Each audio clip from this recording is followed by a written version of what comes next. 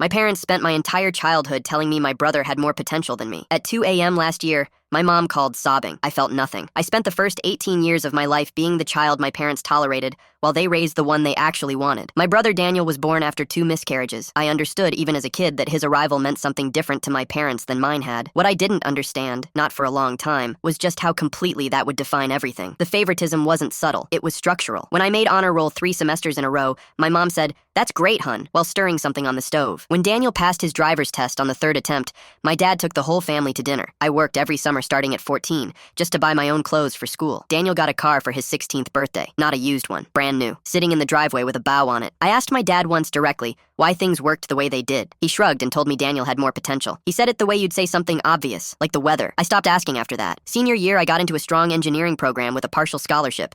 I came home that afternoon genuinely excited, letter in hand, and found my parents in the middle of a crisis because Daniel had been caught cheating on a standardized test. Again, my acceptance sat on the counter untouched. That night at dinner, nobody mentioned it. When I asked about help with tuition, my mom told me college wasn't the right path for everyone. She said it kindly, which almost made it worse. Meanwhile, they hired Daniel a private tutor at $200 an hour and promised him a new car if he could just finish high school. I enlisted in the Air Force the week after graduation. I didn't tell them until after I'd signed. The next 4 years were the first time in my life I felt like I could actually breathe. I trained in cybersecurity, finished my bachelor's through night classes, started a master's program while deployed. I wasn't doing it to prove anything to them anymore. I was doing it because I finally had room to find out what I was actually capable of. By my late 20s, I was working remotely for a defense contractor, earning more than I'd ever let myself imagine, living in a house on a lake that I paid for in full. I kept my distance from my family, holidays only, and only barely. Every visit was the same. My parents lecturing me about loyalty while Daniel, still living at home at 25, described his latest business idea from the couch. Then the 2 a.m. call came. My mom was crying so hard she could barely form sentences. It took me a few minutes to piece together what had happened. Daniel had been managing their finances for nearly 2 years. What started as him helping with online bill pay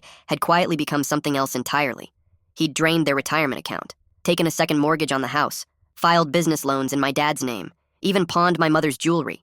The construction business my dad spent 30 years building had filed for bankruptcy that morning. Daniel had vanished. "We might lose everything," she said. "Can you help us? You're the only one who made something of yourself." I sat with that for a moment. "Do you remember telling me college wasn't for everyone?" I asked. "That I should look into a trade?" "That was different." "It wasn't," I said. "You made your choice for a long time. I'm just not in a position to undo it for you." I hung up. Then I sat in the quiet of my house and waited to feel something. Guilt, grief, some version of the daughter who used to want so badly to be enough for them. She wasn't there anymore. They lost the house 90 days later. My mom works retail now. My dad's health has declined. Daniel has never resurfaced. I don't feel peace about it exactly, but I don't feel responsible either, and that took me a very long time to earn.